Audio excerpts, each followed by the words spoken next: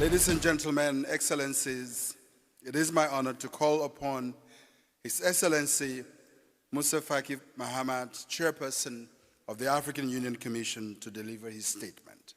Excellencies, ladies and gentlemen, the theme of the general meetings focus on the financing of climate change and blue economy, which is only a part of the major needs for the financing of Africa, which has been clearly stated and laid down in Monterrey in 2002, and this obviously has been recurring. Doha in 2008, Dhaka in 2023, going through Addis Ababa in 2015, and Paris in 2021. The issue has become a fashion. With a fashion, in fact, they come in waves and is anticipated in time. Is it not high time that we ask ourselves the simple and fatal question, what have we done with all the decisions that we have adopted in all these fora? What do the indicators that we see in African economies tell us? And the debt which is ever rising. What is the result? That is the low attractiveness of external funding. What, in fact, can we do about the mobilizing domestic at the national level? And then experts are telling us that it is stagnating if it is not regressing. Mr. Chairman, I think that maybe the questions I'm raising are a bit bitter and maybe sarcastic, but this is not to be discouraged or to be pessimistic. I simply want to express here in Sharm El Sheikh the ardent wish that this conference not be just another conference on financing, which is always deferred for Africa. I believe that the financing should be an endogenous process, as Agenda 2063 is stating. That is, Africa should find its capacity to become relatively autonomous and to ensure the financing of its own development.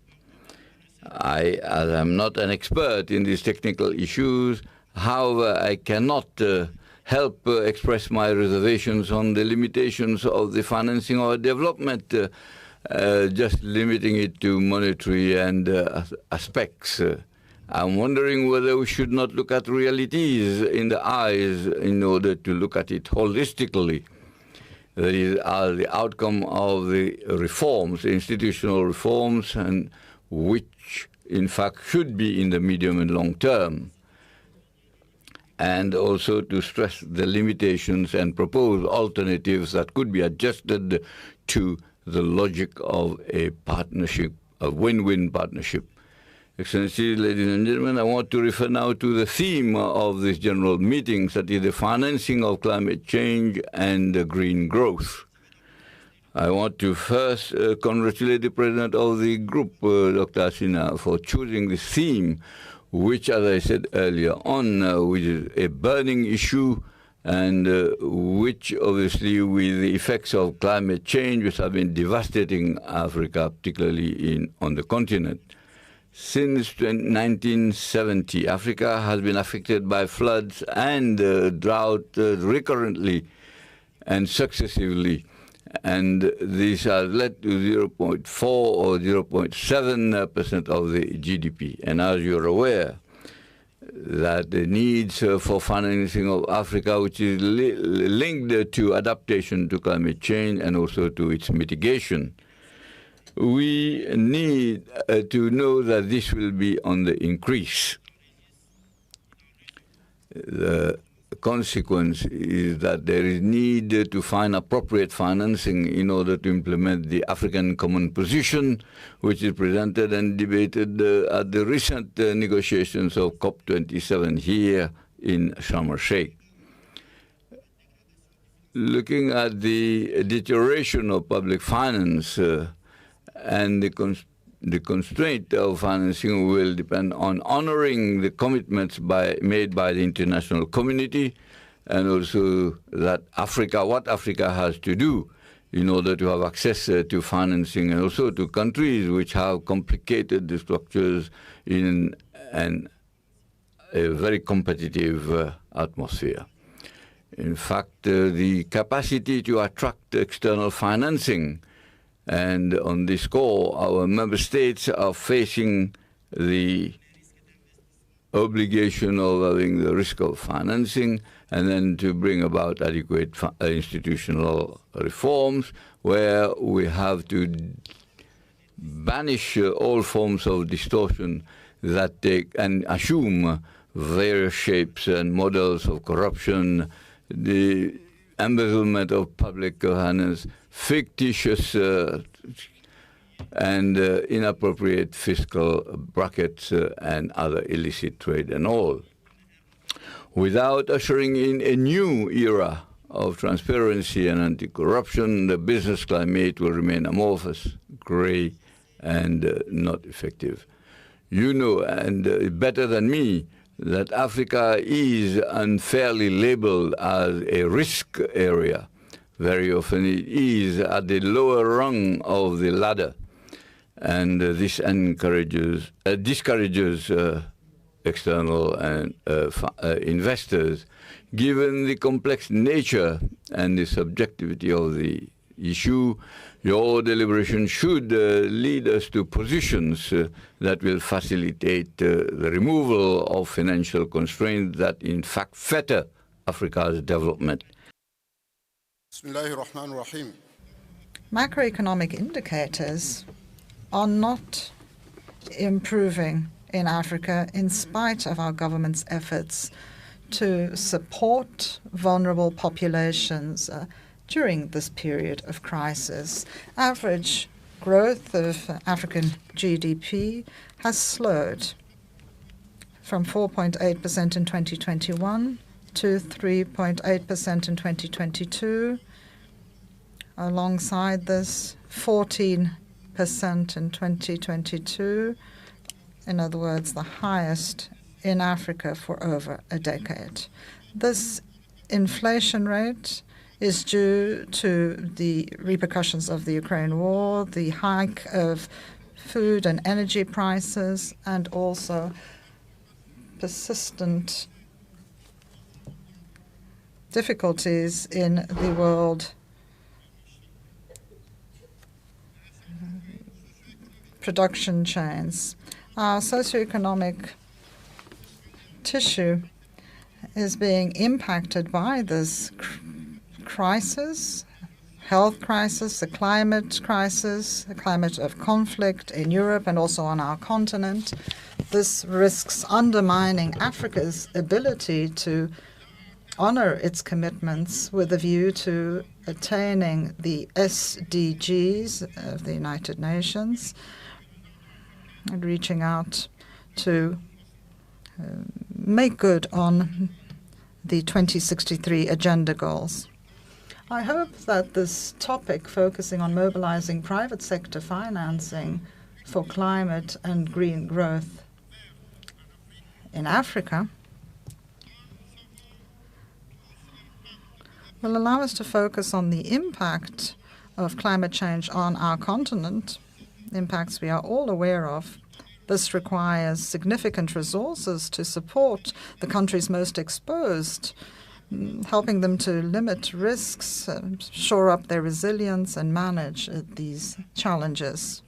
The hike in temperature, heat waves, massive flooding, tropical cyclones, prolonged drought, and the rise in sea levels represents a loss of human life, material damage, and population displacement, undermining Africa's development. I have to say that I understand this well. I live in an island nation, a developing country that is exposed to all of these phenomena. But it is possible to transform the challenges we face into opportunities for green economic growth if we bring our private sector on board. African economy will require mobilization of existing resources and the harnessing of the potential in the private sector. And therefore, it is important to encourage and to facilitate private sector investment in Africa, creating conditions that will allow for crowding in of investment, conditions such as political stability, promotion of peace, protection of property rights, strengthening of a favorable regulatory framework, a framework that will be favorable to adequate infrastructures. Most of our countries have ratified the African Continental Free Trade Area, which is a real opportunity for our SMEs that represent around 80% of all companies in Africa, an important lever for economic growth on the continent. Thanks to the AFCFTA, companies will be able to act across Africa and help add value and promote prosperity on our continent. Furthermore, bilateral and multilateral financial institutions should also contribute to this economic growth, providing mechanisms that are innovative, that will help finance green growth. The African Union, as a member of the G20, is fundamental. We need advocacy that will lead to the African Union joining the G20 at the next summit. I would like to encourage the African Development Bank and all financial institutions to walk hand in hand with the African private sector, helping them with the resources required to promote green growth. Honourable guests, ladies and gentlemen, at the G7 summit, which has just concluded in Hiroshima, Japan, I left an appeal to the G7 countries. I asked that they listen to the AU's request for special drawing rights for Africa. Today, more than ever, we need to have more urgent financing. We need to allocate SDRs to multilateral development banks. This is the time and place, as Chairman of the African Union, to second the appeal of the UN Secretary General. We need to automatically, in times of crisis, have special drawing right mechanism for the IMF that will allow us to channel these funds to the most needy countries, and complemented with the support of multilateral development banks. So we need hybrid capital, new structures formulated by the African Development Bank to point us in the right direction, reduce access costs. Multilateral development banks should facilitate access to capitals and help leverage the finance required for countries to go to the market.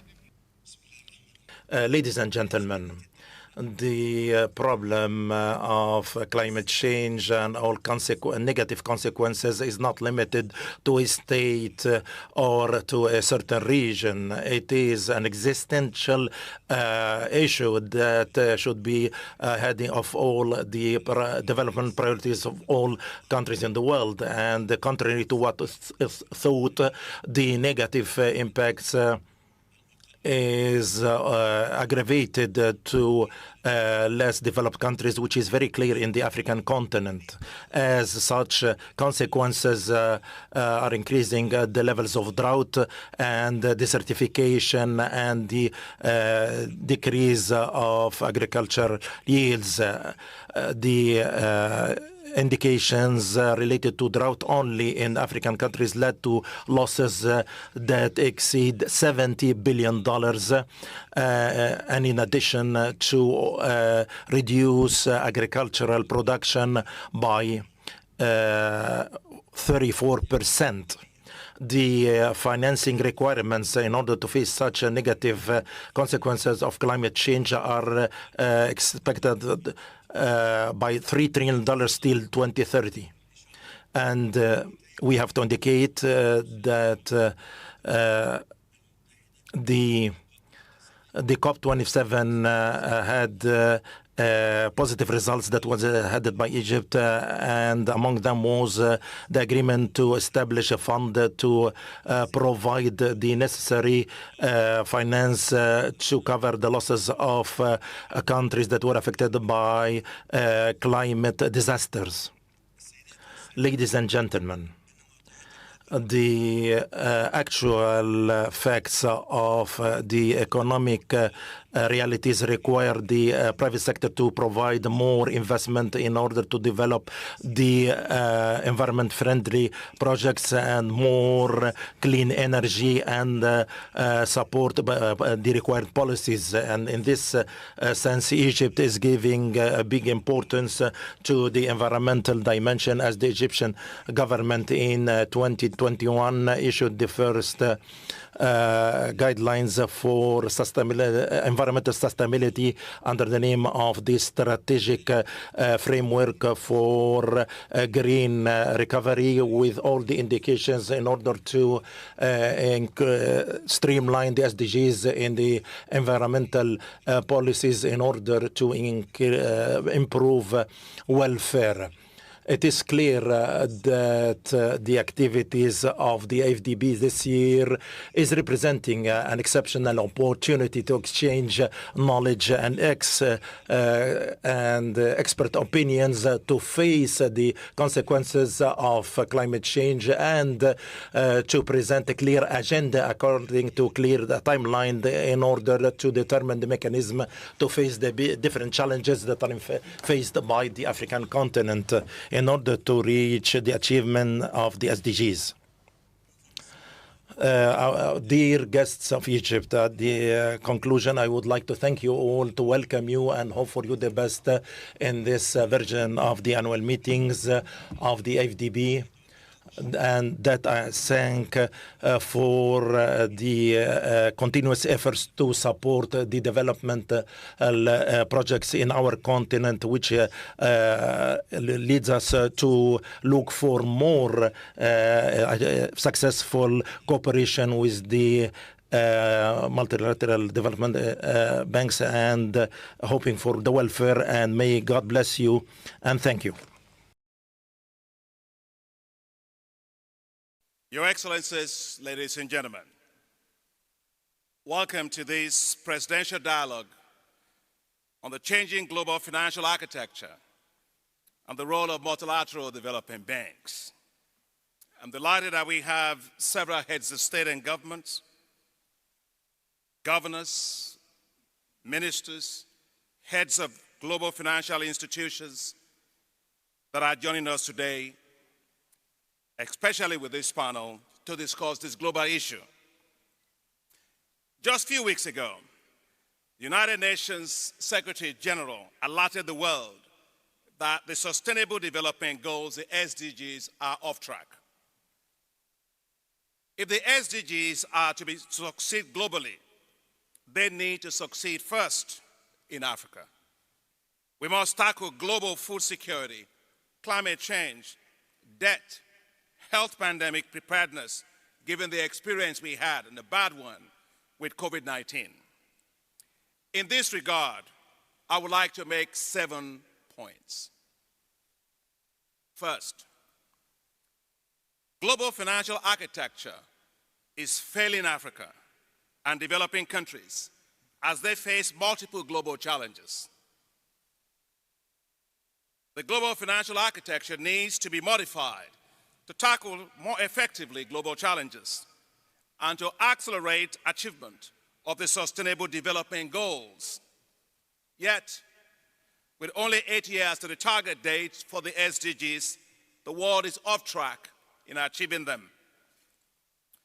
Basically, therefore, we can and probably we must question the ability of the global financial architecture to serve the needs of the world, especially the needs and aspirations of developing countries, especially Africa.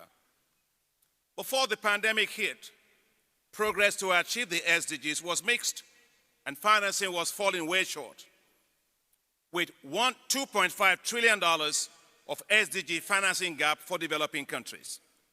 Africa alone will need $1.3 trillion annually to achieve its sustainable development goal needs by 2030.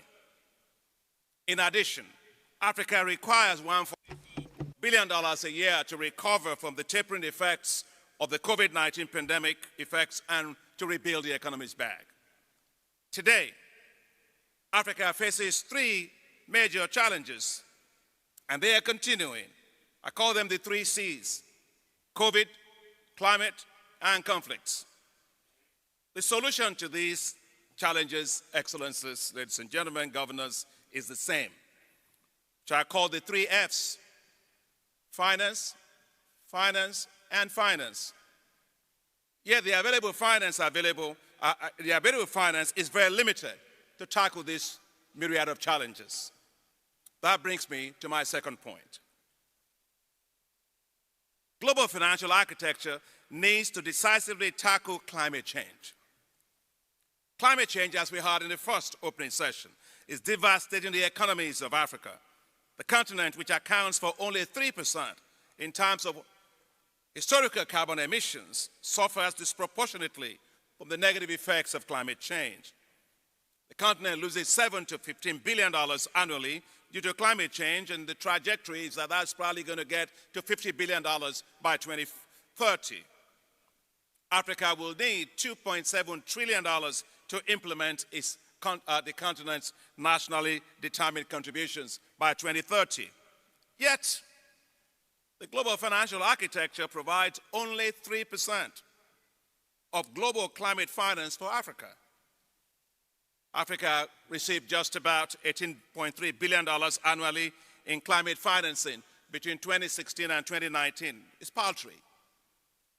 At current trends, the climate financing gap of $242 billion a year will remain through 2030.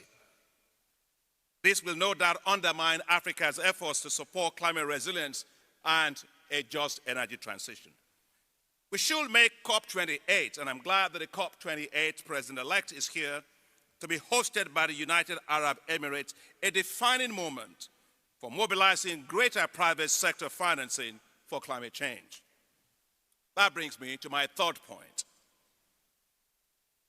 Global financial architecture is ill-prepared to tackle the rising debt crisis, especially in developing countries and in Africa. The global financial architecture must respond effectively to tackle the rising debt challenges of African countries in the wake of the financial stresses posed by COVID-19, climate change, and recent conflict between Russia and Ukraine. While median public debt has declined to 65% of GDP from 68% in 2021 due to positive effects of debt relief efforts, including the debt service suspension initiative, debt levels are still higher than pre-pandemic levels of 61%. Excellencies, the structure of Africa's debt has also changed dramatically. While bilateral debt accounts for 27% of debt compared to 52% in 2000, commercial debt now accounts for 43% of total debt, compared to just 20% in 2000. Therefore, the expansion and fragmentation of creditor base complicates debt resolution by the Bretton Woods institutions and also by the Paris Club.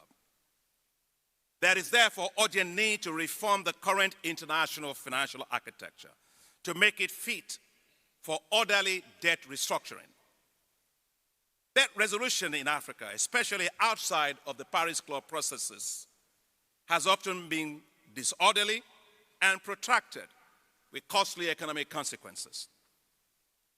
To avoid high debt resolution costs and to limit the likelihood of debt crisis re-emerging, the international community needs to push for enhanced transparency on debt and global coordination among creditors. It is critical to make the G20 common framework on debt treatment work and succeed. Now, of the 4 African countries, Chad, Ethiopia, Zambia, and Ghana, that have so far requested debt treatment under the common framework, while some progress has been made, none has yet to complete the process to benefit from the facility. So there's a lot of work that we still have to do collectively. In my view, there is need for an urgent need to reform the global financial and debt architecture, to reduce the costs, the time, and the legal complications of debt restructuring for African countries. Brings me to my 4th point. Global contingency financing is not working well for Africa. Think of the following. The special drawing rights issued by the International Monetary Fund has provided, of course, significant resources to help countries to deal with their ever-shrinking fiscal space. But of the $650 billion of SDRs issued, Africa got only $33 billion, and that's roughly about 4.5%. The African Union, as you heard, has called for the reallocation of about $100 billion of SDRs to Africa, with a portion of that going through the African Development Bank. As the chairman of the African Union, President Asali, said, because the African Development Bank is a prescribed holder of SDRs. The African Development Bank has been spearheading the call for SDR rechallenging by developed countries to multilateral development banks. And why?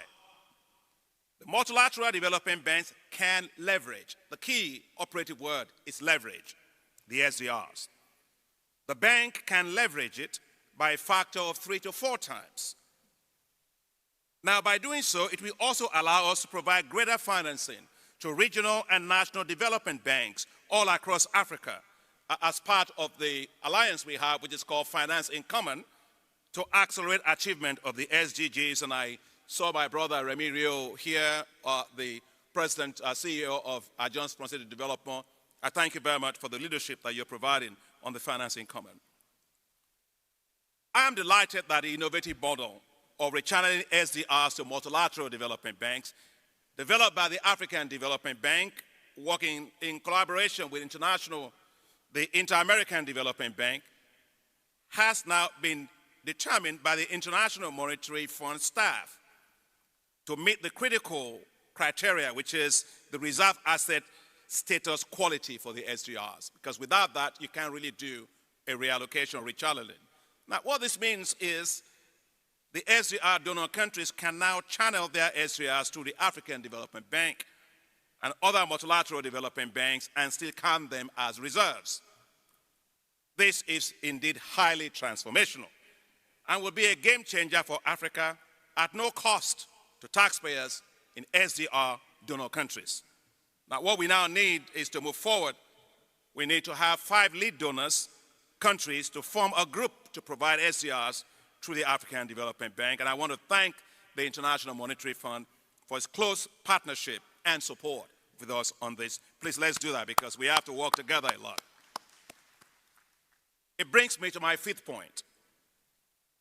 The current financial instruments are far from able to leverage the resources to tackle development challenges and calls for a change in the business models of multilateral financial institutions. And I always said people that I applaud Secretary Yellen for her bold call for this, that we need to change our business models because we are dealing with massive issues, and therefore we can't put new wine in old wineskin. The reality is that the global pension funds and institutional investors have over $145 trillion of assets under management. The global financial architecture should focus more on how to tap into these massive resources. This will require significant changes in their business models, including ourselves as multilateral financial institutions, to deploy more risk guarantee facilities, expand the use of synthetic securitization to leverage their balance sheets, and transfer some of their assets on their sovereign and non-sovereign books to the private sector to free up more space for additional lending. The African Development Bank has been leading globally in spearheading innovative approaches to stretch its balance sheet. Many of the recommendations of the G20 Capital Adequacy Report are already being implemented by the bank well before they were recommended. The African Development Bank, together with the World Bank and the Inter-American Development Bank, implemented the first exposure exchange between multilateral development banks, which freed up $100 billion of additional lending room for us as a bank. Just tells you the power of what we can do when we work together. We are the first and the only multilateral development bank globally to implement a synthetic securitization program to transfer some of the portfolio on our non-sovereign books to the private sector. More importantly, the transaction brought new investors together that had never had an exposure to an African risk before to take their first credit exposure on the continent. And in 2022, with support of the United Kingdom, we concluded another groundbreaking risk transfer transaction of $2 billion for our sovereign portfolio to assist with scaling up climate finance. Once again, this is the first portfolio-based risk transfer by a multilateral development bank to be concluded on a sovereign portfolio that includes private sector investors. And in July of last year, our board of directors approved the issuance of sustainable hybrid capital, which the African Development Bank first conceived and started working on since 2021. This will be leveraged 3 to 4 times through the issuance of green, social, and sustainable bonds. It is important, therefore, to note that the African Development Bank remains the largest multilateral development bank issuer of social bonds to date.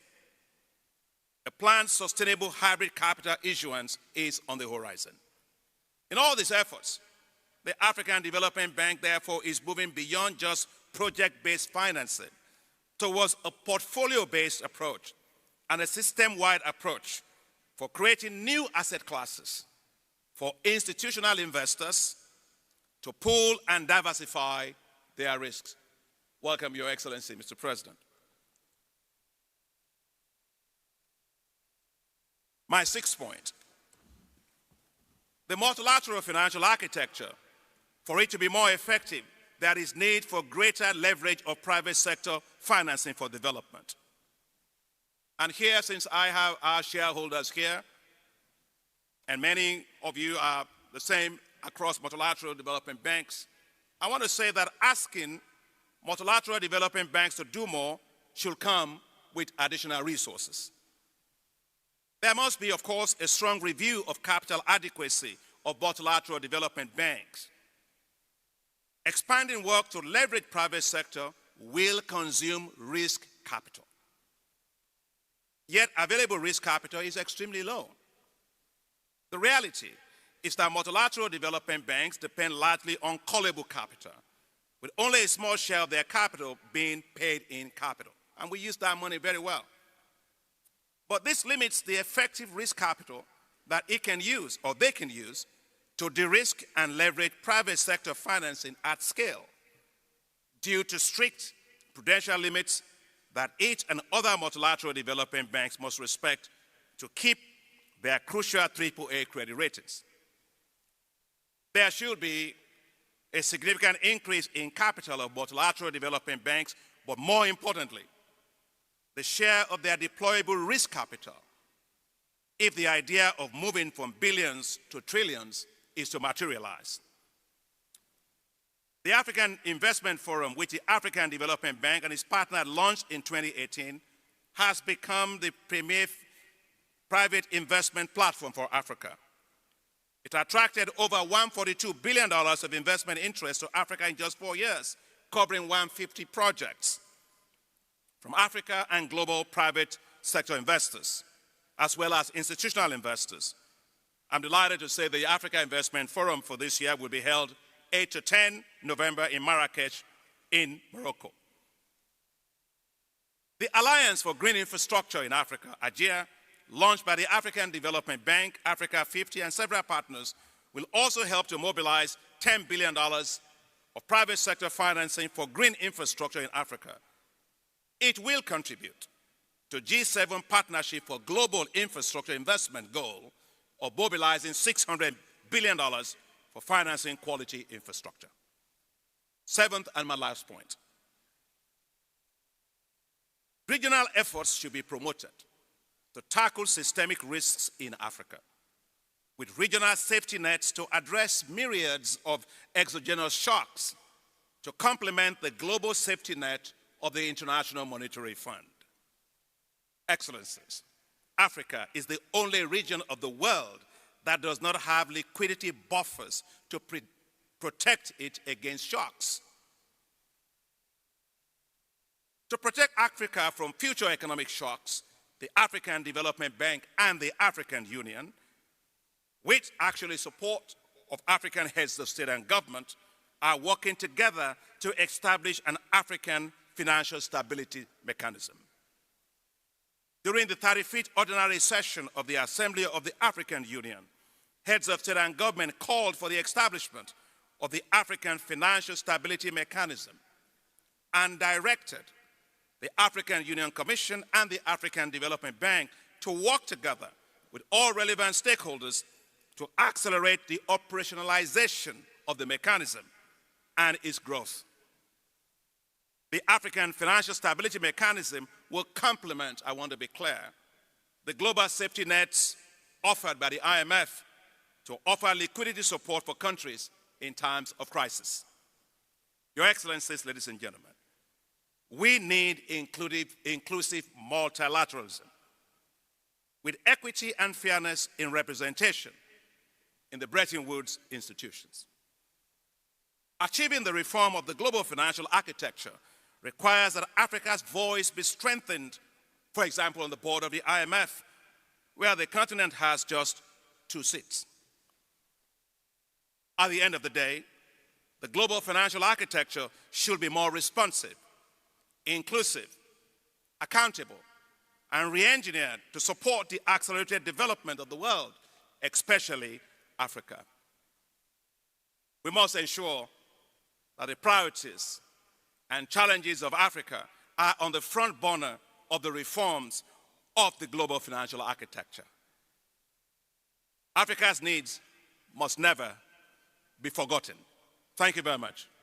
With these points as context and as background, my first question goes to President Azali Assoumani. As head of state and as chairperson of the African Union, you have a global view of Africa's needs and the huge gap between what the continent requires and the development needs compared to the financial resources available. You made the call earlier in the opening ceremony for the reallocation of the IMF's SDRs, among other initiatives. My question to you, sir, is it a long way to Uhuru, or is Africa making progress? Okay, merci beaucoup. Thank you very much. I can reassure you that it's a great pleasure for me to participate not only in these annual meetings, but in this panel. And let me tell you that I'm very committed as an African member country, a member of the ADB, and I also welcome this opportunity to be in the helm and chair the African Union for 2023. And I have a very strong commitment in all areas. My mission is to try to accelerate LFCT, and we'll try to do our best to achieve that goal. I'm well positioned to defend the ADB, not only from the standpoint of my country. This is an institution that has always been by our side in our pursuit of emergency, which we're seeking to attain by 2030. This gave us the opportunity to have a very good rating from the World Bank. We have been ranked in the World Bank as we moved from a least income, low-income countries to middle-income status. And we've also had this IMF monitoring program, but it's thanks to the ADB. Now, let me come back to your specific issue on SDRs. Last year, we defended that it's better to have these SDRs, but with an institution such as the ADB and the support it is lending to all the countries and its knowledge of the continent, it is well poised to deliver. It's important. We sign papers, and it takes a long time for that to transform into reality. So I've always pleaded, and quite frankly, when we're in Japan, in terms of, in my statement, I pleaded that the pledges that have been made, and then the subsequent pledges that ADB should be the institution through which this SDR should be channeled for reallocation to African countries. So thank you very much for inviting me to this panel. Today and tomorrow will still continue to be by your side. Thank you very much, President Assoumani, again for expressing the support that you will continue to provide and have provided to the African Development Bank, as well as re-echoing the call for the reallocation of SDRs to the African Development Bank, especially giving its leveraging power.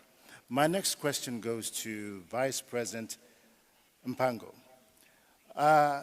What urgent multilateral financial institution reforms are needed to reflect the current world order and to account for emerging issues and risks?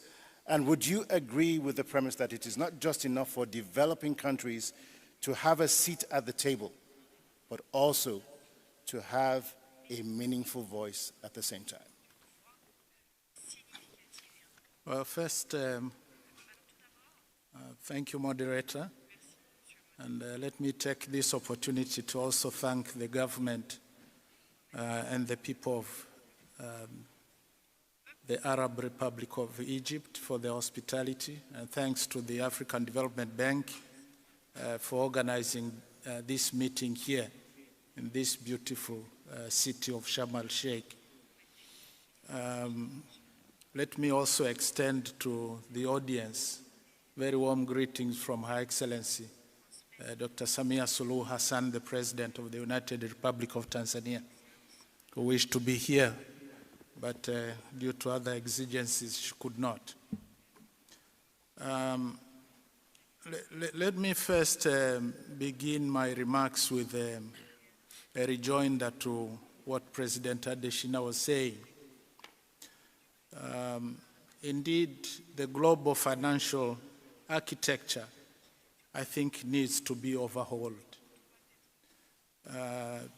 It is a fact that the current financial architecture is not delivering enough finances, enough technical support to Africa and indeed most other developing countries. And therefore, what has changed? The world order that was crafted way back in the mid-40s is very different from the world we live in today. First, we had the collapse of the colonial era and the emergence of new nations. So they were simply not on the table at that time. We also have new emerging powers now. We started with the Southeast Asian countries, and then came the BRICS, and now some of the Middle East countries.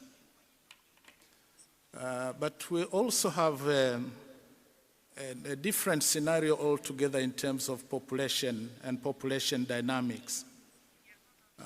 When the Bretton Woods institutions were established, the population of Europe and North America combined basically was around 711 million people. Whereas for Africa, we were about 227 million. Now things have changed. The population of Africa has actually exceeded the population of North America and Europe combined. And therefore, we have to revisit the financial architecture to reflect this change. But not only that, the agenda was different. At that time, the focus was on reconstruction after the Second World War. But now we are facing a lot more challenges that I'll come to shortly. And therefore, even the governance structure and the operation framework of the multilateral financial institutions was crafted to handle a different set of challenges of the time then. But even then, even after Africa was integrated into this system, what we see that Africa's voice is very marginal, and even its representation at the management and technical levels is still not in line with our population. But not only that, we have now a completely new set of challenges facing the globe. We have environmental challenges, we have natural calamities, we have food insecurity, we have pandemics, the debt dynamics that we have talked about, and more recently, geopolitical tensions and even wars. So if you combine all these basically say we need to revisit the entire architecture of the multilateral financing institutions. So, but aside from that, even the vision itself was basically not what we face today. And therefore, where we stand today, I think we need to review the lending terms and also focus on the delivery of the Sustainable Development Goals. This means we have to revisit the policy conditionalities of the multilateral financial institutions. We have absolutely to cut down on the lengthy processes entailed in getting funding from these institutions. The capital base also needs to be increased to match again the huge demands of developing countries. But also, I think the multilateral financial institutions have now to venture into alternative funding sources. They need to be recapitalized, but the current financing sources are definitely highly inadequate. We need to, I think, the multilateral financial institutions, their support need also to be more and more aligned with national priorities. If I take an example of the environment, it should target on supporting the nationally determined contributions, and of course then have less stringent requirements like the need for accreditation, standalone assessments, and so on and so forth. I think it's time that the multilateral financial institutions also support homegrown private sector interventions. I think that would make us, I think I'll stop there. Thank you. Thank you very much, Vice President Mpango. In other words, it is not yet Uhuru. There's still much more to be done. I'm going to move on next to His Excellency, the Prime Minister of Egypt, Mustafa Madbouli. As you know, the African Development Bank is the leading multilateral finance institution on the continent, as well as the only one that's AAA rated. In your view, how should the African Development Bank Group continue to be capitalized and empowered in order to continue playing its key leadership role in spearheading development, peace, and security in Africa in a dynamically changing global environment? بسم الله الرحمن الرحيم. اسمحوا لي طبعا في البداية. From the outset, allow me to welcome all of Egypt's guests, excellencies, heads of states, government ministers, heads of international organizations, and of course, governors of central banks across Africa. So I would like as well to extend my thanks to the President of the African Development Bank, as well as all other representatives of regional international financial institutions for their support in financing economic development in Africa. And particularly, if I zoom in on Egypt, significant efforts have been made in financing economic projects in the context of climate resilience, achieving climate targets as well, but also more broadly in Africa. So to respond to our chairperson here and to speak from the heart, as we were invited to, I would like to speak, in fact, on behalf of Africa, if you'll allow me, and really to the world map was redesigned, as the Vice President for Tanzania just said. So it was redesigned during the course of last century. And Africa was, within this context, viewed only as a source of primary resources, commodities that would enable other parts of the world to develop technologies and to develop projects that have yielded prosperity to their countries.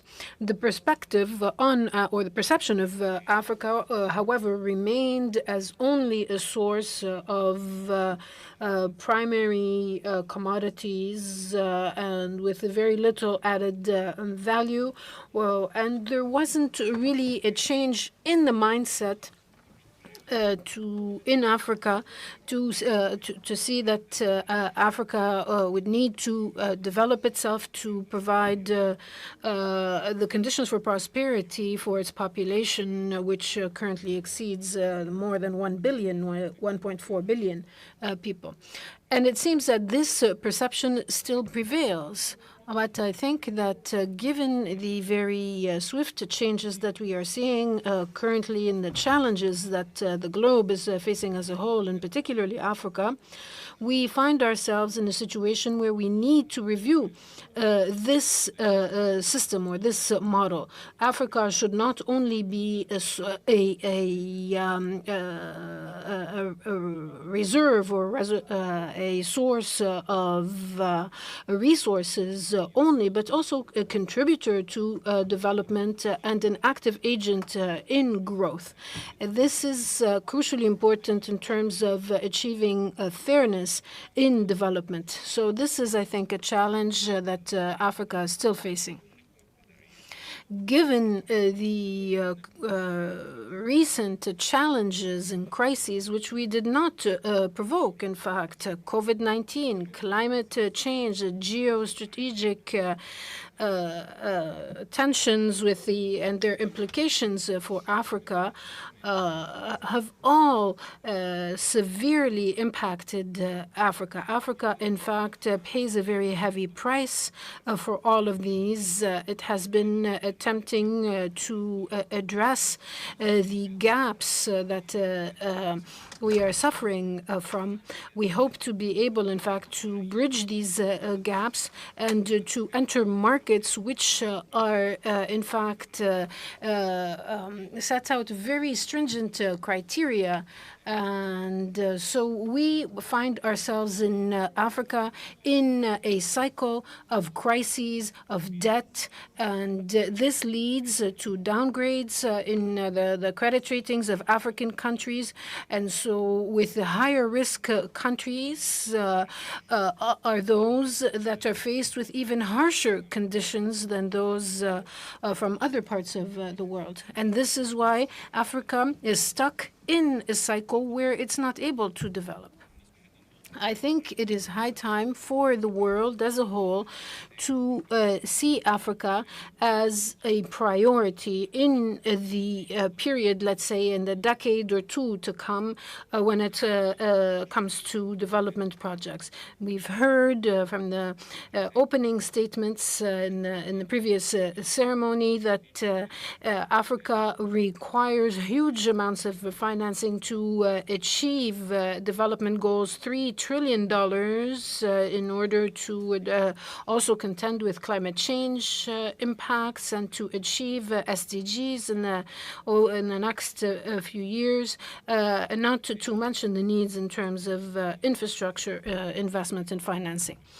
So this leads me to the role of the African Development Bank, and I think that all African countries see the bank as a very strong defender of Africa and a driver of growth and development. However, of course, we need to clearly understand that it cannot work alone.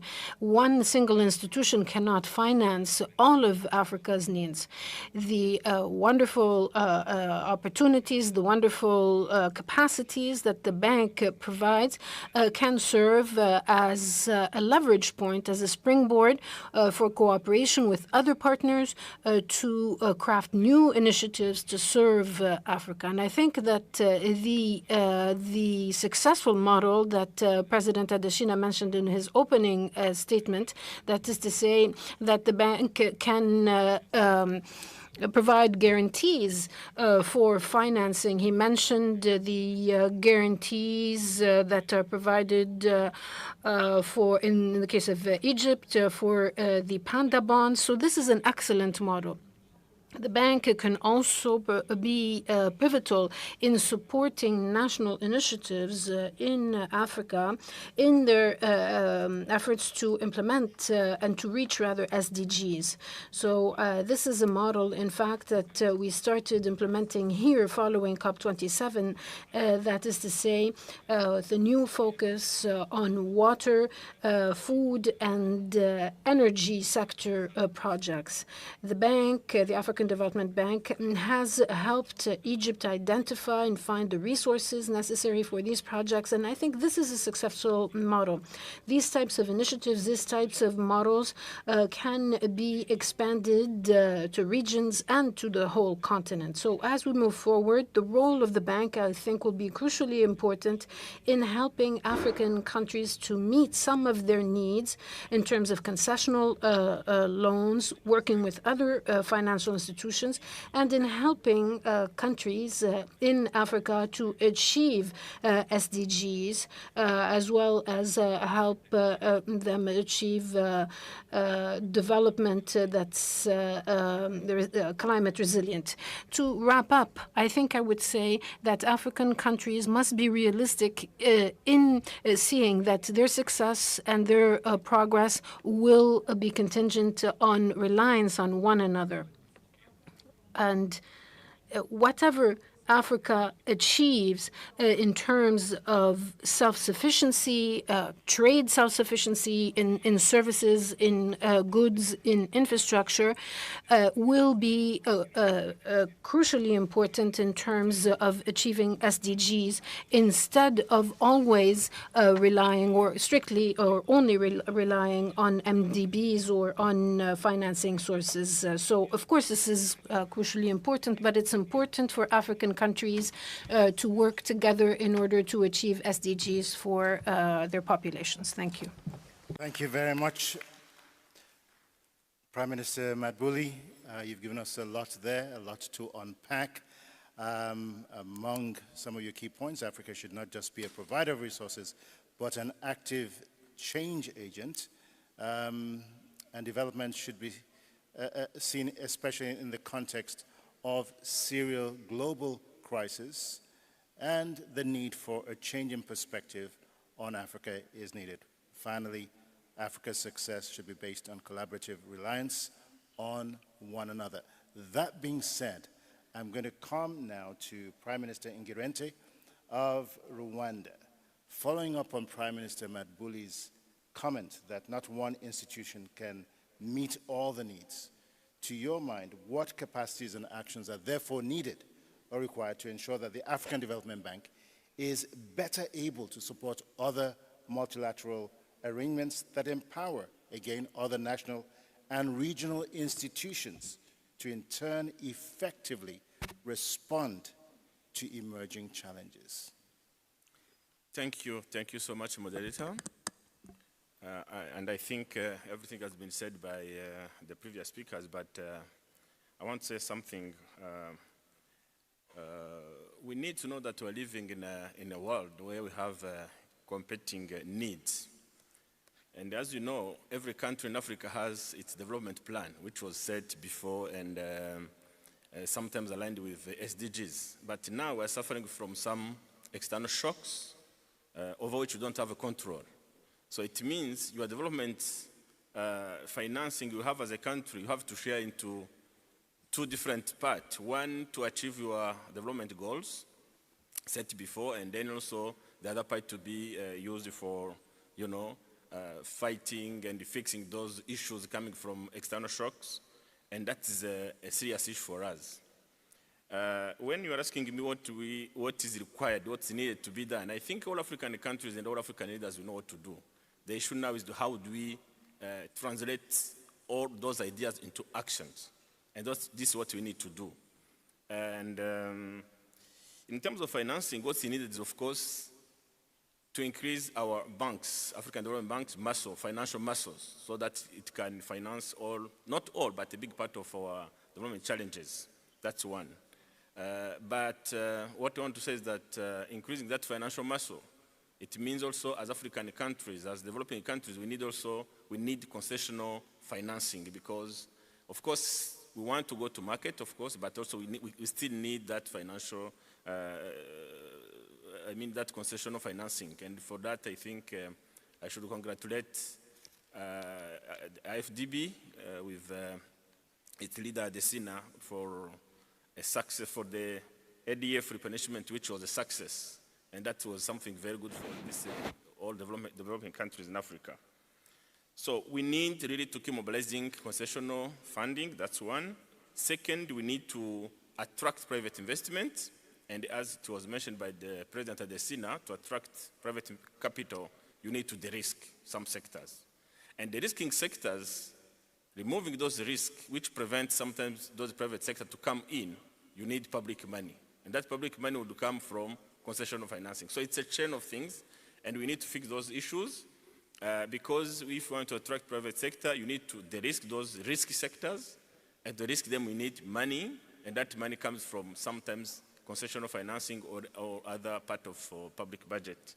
So, and then to conclude, I want to say that all African countries, as I said, with those competing needs, you need to reconcile your private target in terms of, your target in terms of development with the funding to fix those external shocks which are coming from, which we don't have a control over. So The other thing we need as African countries is South-South cooperation. So we have a capacity sometimes with our human resources, we have a capacity, but the capacity you find in one country, you may not find it in other countries. So we need to promote the South-South cooperation of African countries and help each other, assist each other to achieve our development goals. Thank you so much. Thank you very much, Prime Minister Ndirente. Very much appreciated. And we're going to come right now to the Prime Minister of Burundi for the next question. Prime Minister Ndirako-Buka, we've heard a lot. The challenges before us are great. They're many. To your mind, and from your perspective, what is it that we need to do to change the situation and change it very, very quickly? Merci, Monsieur le Modérateur. Thank you, distinguished moderator.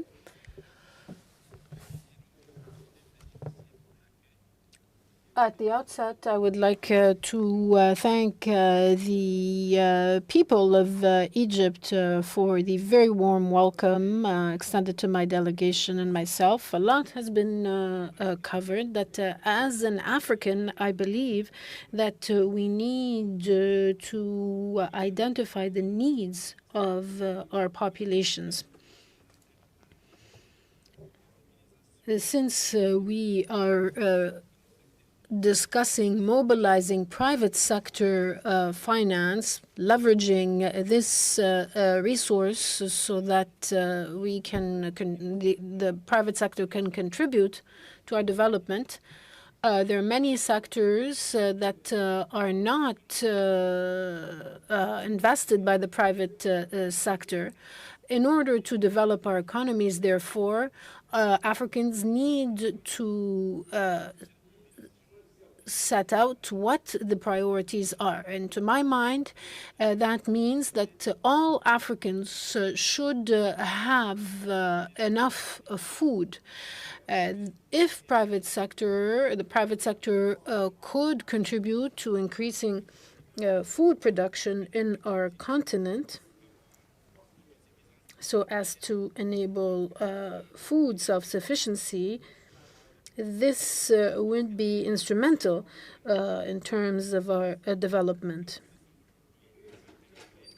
If we look at the current crisis between Ukraine and Russia, we see how much of an impact it has had on Africans. This is because we have not prioritized the food needs of our populations.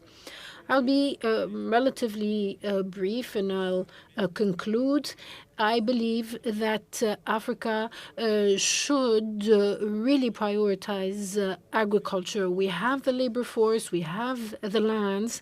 So if we can crop these lands to achieve food self-sufficiency, well, that will enable us to achieve development based on our resources. Thank you. Thank you very much, Prime Minister Ndirako-Buka. With agriculture as a business in Africa projected to hit $1 trillion by 2030, an excellent point there. Indeed, agriculture is the new gold. We're going to move on very quickly because we started late and we're actually 1.5 hours behind time, or at least more than an hour behind time. So we're going to try and wrap up this session as quickly as possible in the interest of time. But I'm going to come to Prime Minister Abdi Barry.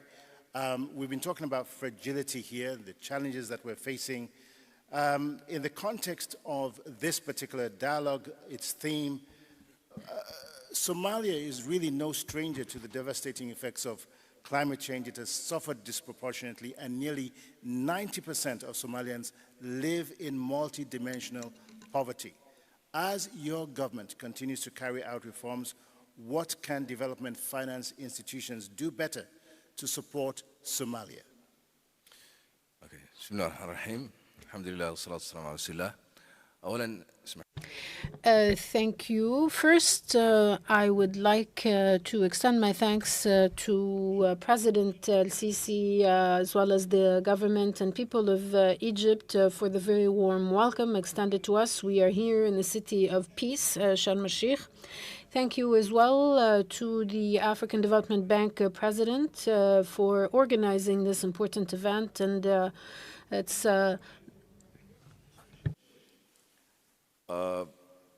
And I thank the distinguished members of this panel for their valuable insight. I'm honored to be seated among you today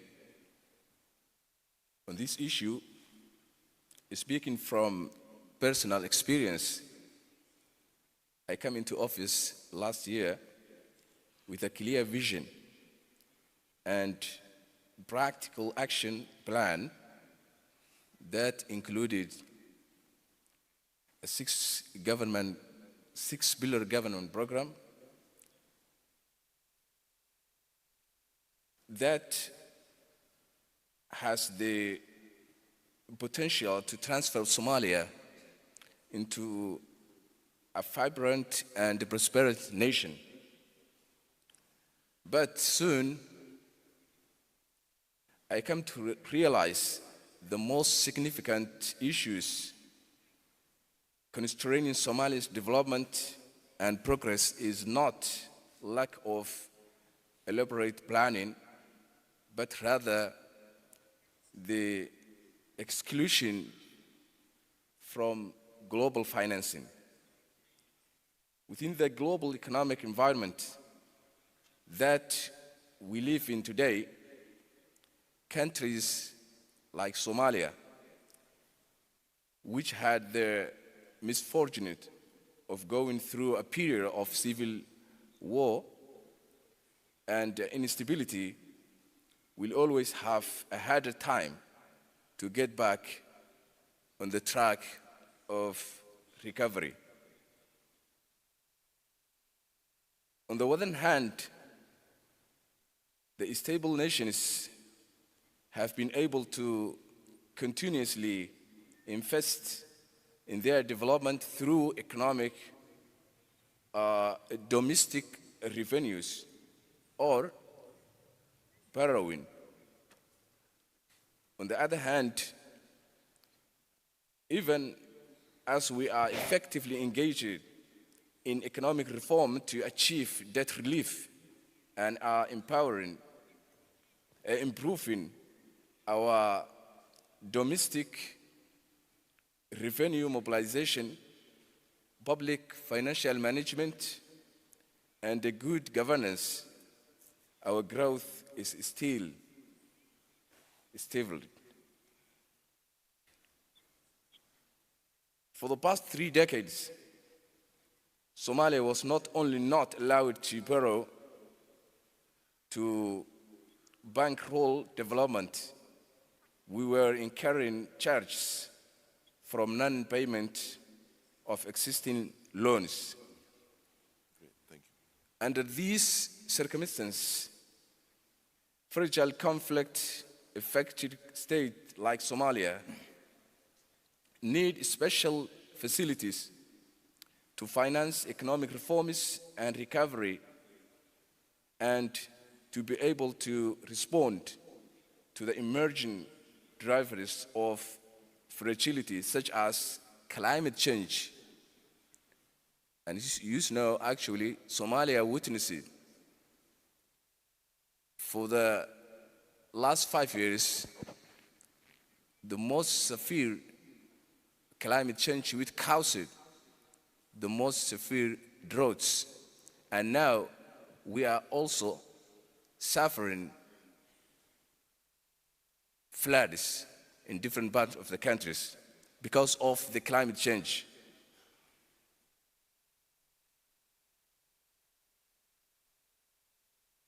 I strongly believe that the African Development Bank commitment to Africa's development, deep understanding of African continent and its development challenges as well as its broad network of relationship actors across the world, constitute some of the bank's comparative advantage that can be leveraged to empower national and regional institutions to effectively respond to the emerging challenges.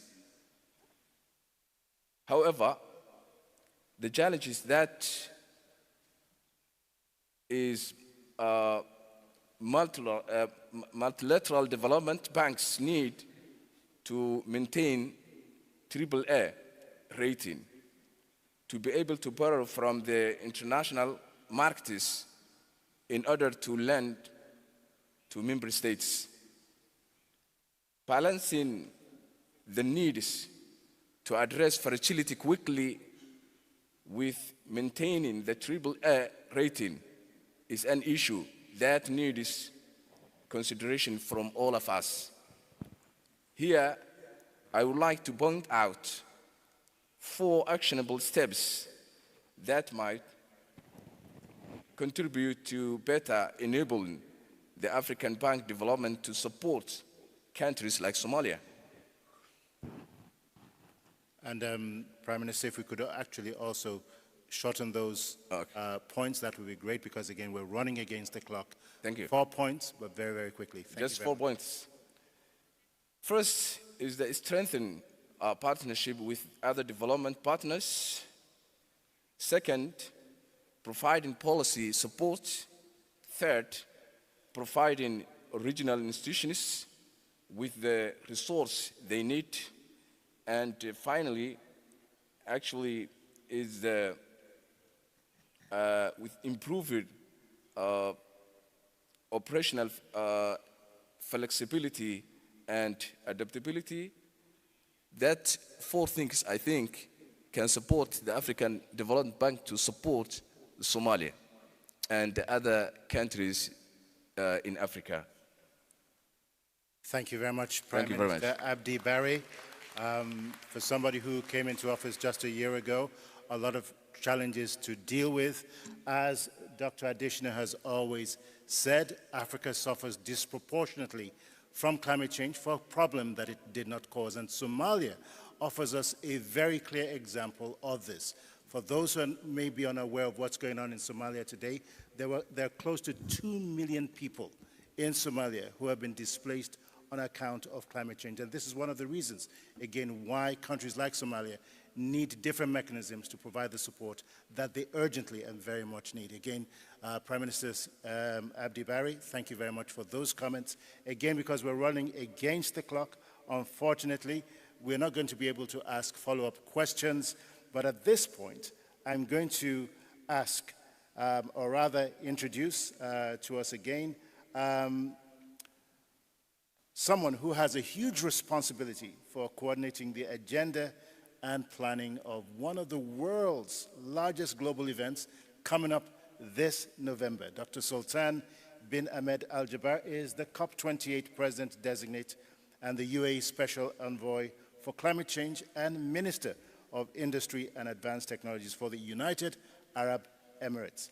In these roles, he has a keen understanding of several key global challenges and innovative solutions to overcome them. Kindly give a warm welcome to Dr. Sultan bin Ahmed Al Jaber as he provides a short 5-minute statement.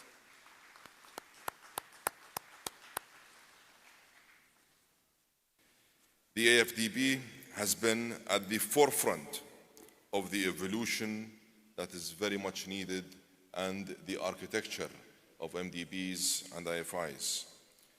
FDB prioritized sustainable industrial growth in Africa and have been able to raise its clean tech investments from 9 to 45% of its portfolio in only 4 years. That is a remarkable achievement. Excellencies, by 2050, Africa's population will grow from 1.4 to 2.5 billion people, with an average age of just 19, the youngest of any region in the world. These young people have a right to a healthy, prosperous future, and there is no reason why they can't have it. Africa is rich in many things, but also very rich in clean energy sources, including wind, solar, hydro, and geothermal, and as such, has a huge potential for low-carbon growth and sustainable socio-economic development. But one critical challenge stands in its way, and that is the lack of available, accessible, and affordable finance. And this lack of finance is putting the world's climate goals and Africa's sustainable development at real risk. Addressing this issue is one of the top priorities of the COP28 presidency, and I am very keen to work with all parties to make practical and tangible progress and to ensure that such funds are made available, accessible, and affordable. But first, we need to acknowledge some basic realities. The 54 countries of Africa have done the least to cause climate change, contributing less than 4% of global emissions. Yet they are suffering some of the worst consequences. The AFDB estimates that Africa loses up to 15% of its potential GDP as a result of climate-related impacts. At the same time, the climate finance gap is huge. When it comes to renewable energy, only 2% of the $3 trillion invested worldwide over the last 20 years have made their way to Africa. Total climate finance for Africa currently stands at around $30 billion when it needs to be at least 10 times that amount. But if we can shift the balance on climate finance to Africa, I believe this continent can become a defining force in low-carbon, sustainable growth. Addressing the finance gap is a top priority for the COP28 presidency and to my team. As a first step, developed nations need to live up to their historic responsibilities, and they must come through with the $100 billion in climate finance they pledged over a decade ago. There are encouraging signals coming from donor countries on this front, which I hope will soon be followed by real and concrete actions. Donor countries also need to double their commitment to adaptation finance by 2025 to help build Africa's resilience. But to make transformational progress, we need to shift gears in mobilizing private finance. This is where the reform of IFIs and MDBs can make a big difference by unlocking much more concessional finance, lowering risk, and attracting private capital. COP28 is exploring additional parallel mechanisms to supercharge the flow of private finance to Africa. And by adopting policies and regulations that create a favorable investment climate for the private sector, African governments can build a robust pipeline of sustainable investment. Some of this, I know, is already happening in Africa. The AFDB is spearheading innovative blended public and private finance solutions to expand clean growth through Africa 50.